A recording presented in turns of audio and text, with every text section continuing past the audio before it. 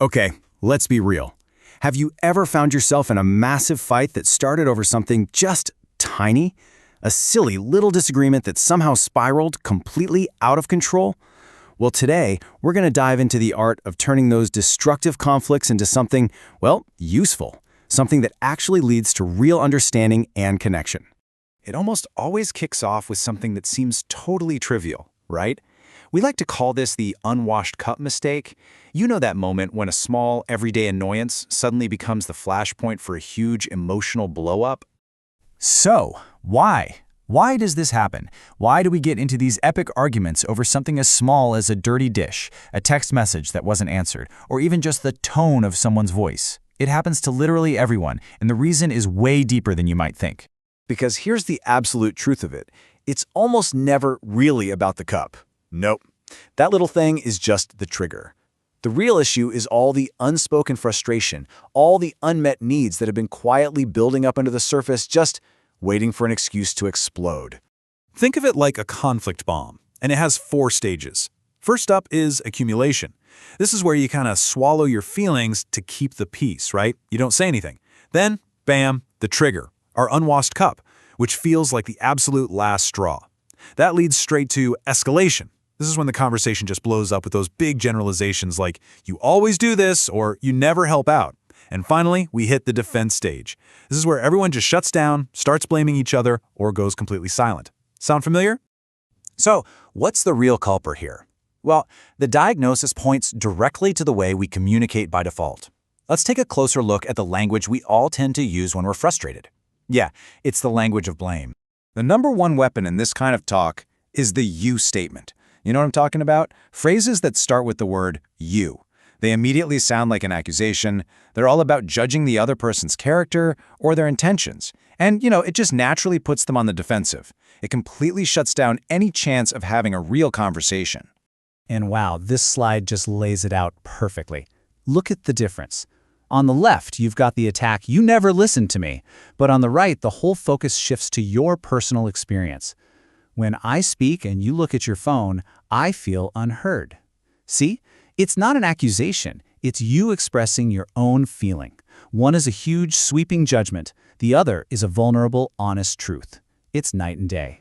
The psychologist Marshall Rosenberg, who created a really powerful communication method, actually gave this judgmental style a name. He called it the language of the jackal. It's aggressive, it's critical, and it's all about proving who is right and who is wrong. Okay, so what's the alternative? How do we disarm that conflict bomb before it goes off?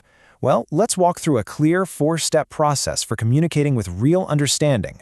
The method is called nonviolent communication, or NVC for short. It's basically a framework designed to help us express what's truly going on inside us, but in a way that actually builds connection, instead of just making the other person get defensive. At its heart, NVC is a pretty simple 4-step process. First, observation. You just state what happened, factually, like a camera recorded it. No judgment, no exaggeration. Second, feeling. You name the emotion that it triggered in you.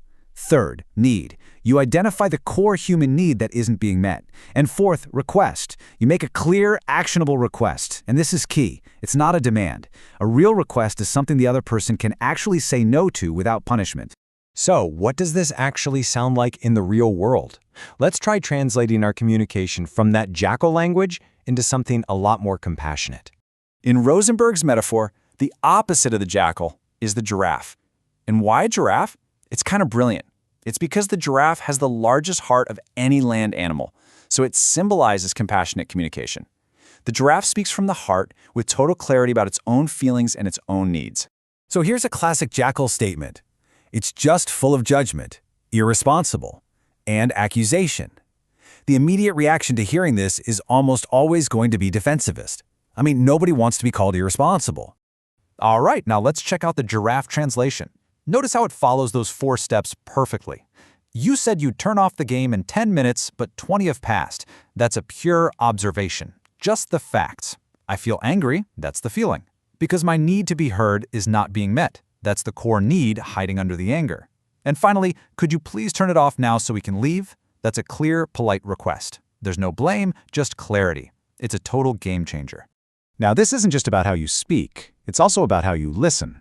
When someone hits you with criticism, even if it's pure jackal language, You actually have 4 choices. You can blame yourself, which just leads to guilt.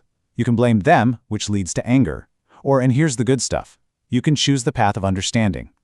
Tune into your own feelings and needs, or try to sense the feelings and needs that are hidden behind their angry words.